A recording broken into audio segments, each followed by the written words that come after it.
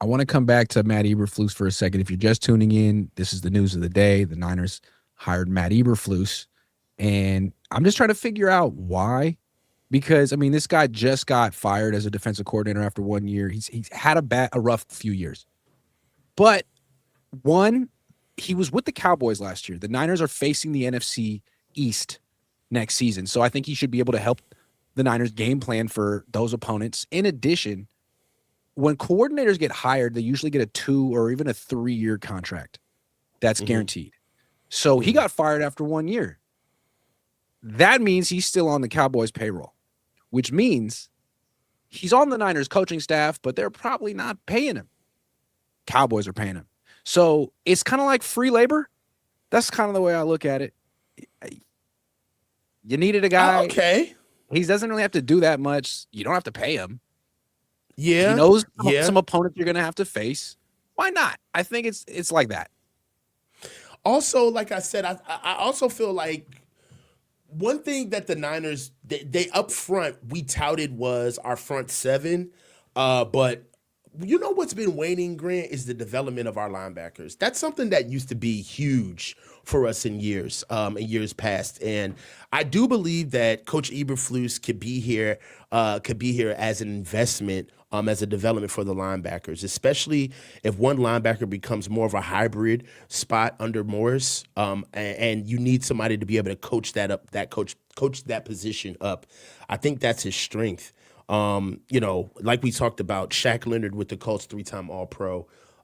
It's just, I do believe that he can help us out on the field, but the way you build it, if we got him for free, it could be them just kind of putting a name in a position. That could be it too. Could be it. The regular Ryan says, do the use checks have Cabo drunk blackmail footage on Kyle? How else does a fullback have so much sway? Is use check the one with sway or is it Kittle? Oh, man. I feel like it's Kittle and his friends get diplomatic immunity, but he's the guy. I mean, why is Trent Taylor on the team? Because he's friends with Kittle. Yeah. Why is Juszczyk on the team? Because he's friends with Kittle. Yeah. I think that George builds his persona. They all build their persona with their play. So let's not get it twisted. Yeah. But I think that off the field, George builds his persona through promotion. And Fred has built his persona through reputation. Yep. Tight end, busting with the boys. Yeah. He's just you're just a social butterfly. Yeah. You know what I mean? Like you're all over the place. And it would bother you to have somebody with a voice where it's like, yeah, George, you gotta work for your money, to get us going. You gotta sweat for your coin. But when Fred walks in the room, it's effortless. We know who the man is when he walks in the room, and that can make you feel a little way. That can make you feel a certain way. Absolutely. All right. Do you think Kyle Shanahan can develop young players, or does he simply choose not to? I mean, the defense is undergoing this whole rebirth, trying to get younger, and the offense is like, age is nothing but a number. Who said 35 is old on that? Anyway, what do you think? Can he do it? The jury is out, and really, let's stick with what we know. Most coaches that come in, they have either a side of the ball that they love, and particularly a position that they come from, right? And let's look at Coach Reid. Coach Reid is an offensive line guy. He loves the offensive line, knows how to scout it, knows how to develop guys and pick guys up and have them on the team. Coach Reid's developmental skills with offensive line are so well respected that the Eagles are still using them to this day. Look at what they've done with their DBs. They play rookies. That's one of the advantages of being able to develop guys is you know exactly where they are along their progression, and you can also know what they can handle and what they can't handle. You put them on the field and actually get real usage out of them. We saw that with Snead. We just saw that with Trent McDuffie moving on. We picked up another third corner, that a young corner that they moved on with Shavarius Ward. They've all moved on from these guys before they've either gotten their big paydays and they've gotten things from them. We've also seen this in the league before Coach Reed or while he was here and Coach Belichick. Jamie Collins coming from Don't Southern forget D Miss. Ford. Come on, man. D Ford moved on Yeah. from him, right? Yep. We looked at Deion Branch, Richard Seymour, all of these guys that they moved on from in those times with the Patriots where guys were like, you guys are crazy to move on from these players. But that is the advantage of having a true evaluator in the building where they understand where these guys are, not only in their talent now, but in the progression of where they're going to be. They can forecast. I don't really see that here with the 49ers. And let's kind of take this into Kyle's perspective.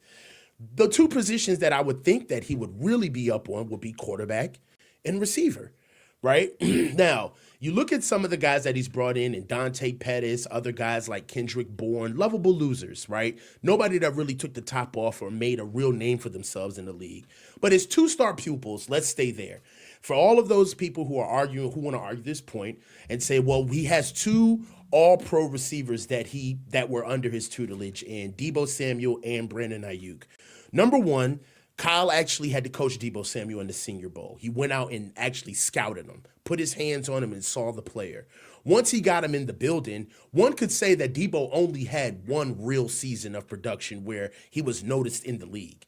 Outside of that, he was our number one receiver, but just in ceremony only. He doesn't run the full route tree. They bastardized his skill set. He never really grew into a player that was beyond the skills of what he had as a rookie. And then just to see what he did with the skills that he was supposed to have learned with the 49ers, we see what he did with Washington, and they're ready to move on from him.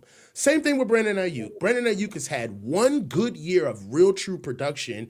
And the biggest claim to fame that we have with Brandon Ayuk is Kyle Shanahan forcing the organization to pay him when they were trying to move on from him. On top of Brandon Ayuk's own developmental woes with Kyle Shanahan, with being in the doghouse, not understanding his role on the field, right? And these are things that you say, all right, Kyle, receiver's supposed to be your baby.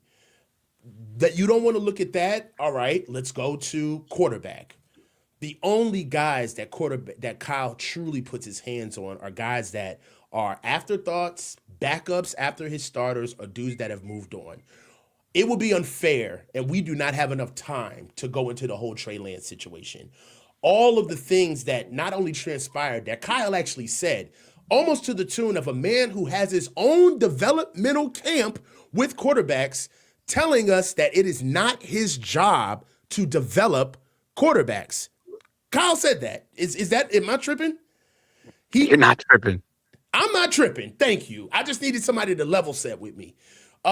So my question is that when I saw the Trent McDuffie trade with the Rams, I understand that for us, we could be able to look at the Rams and say, God, what does this say about the Rams? Are they stronger? They're obviously going for a Super Bowl.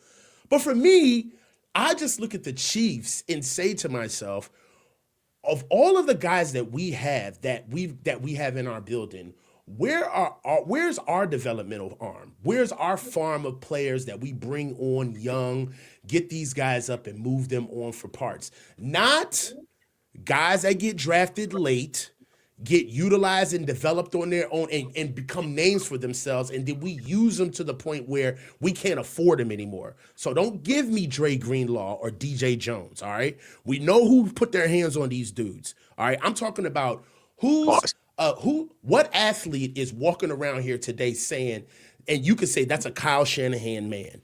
That's a receiver that got developed by Kyle Shanahan.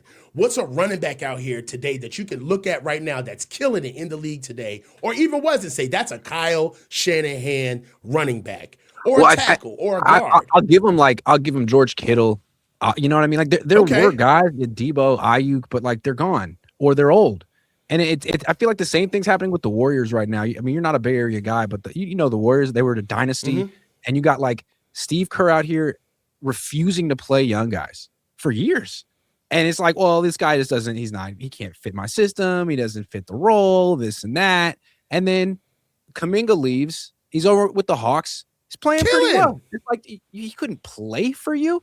Isn't Kyle the same way? It's like at a certain point, some of these coaches just don't want to teach anymore. They just want guys who know their system, and those are like older players who aren't that gifted, but at least they speak the same language as the coach. And that's a problem when you're the kind of coach who doesn't have the time to coach kids in their 20s.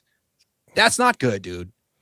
Yeah. So I just, he doesn't play rookies. Why? Your system is too complicated for rookies to get it. Why? Why can't you get these guys up to snuff? What is it with you where you can't get young guys going? So we kept asking all year, like, why isn't Jordan Watkins playing and why isn't Jordan James playing? And he Jordan James never had a good answer. So when I see the moves like the Rams did yesterday, it's like, dude, they play young guys. Like Rashee Rice, young guy. They play youth over there. They don't play around with their picks. They get worth out of these guys and they ship their asses out or they turn into something that's good enough to pay for. We don't do that here. That's true. If you won't play young players, if you won't get them on the field, then all you're doing is putting a premium on you're just making your older players more expensive because they have something that the younger players don't have. So what's the point of even drafting these guys if they have to sit on the bench for years and then by the time they actually know the system, they're up for an extension? And if they have one good year, you got to give it to them because you drafted and developed them. Yeah, they're trying to turn football into like a factory job. They're trying to turn this into like this workman's like atmosphere where, we can keep Bill around. Bill knows this. Bill's been working on this machine for 30 years. He knows what to do. It's like, no, this is ever changing. This is competitive. You've got to switch things out. Guys, there's no such thing as a vested player. Like, dude, after a certain while, you just like the guy. He's not good enough. You like him. That's what it is. It's true. It's true.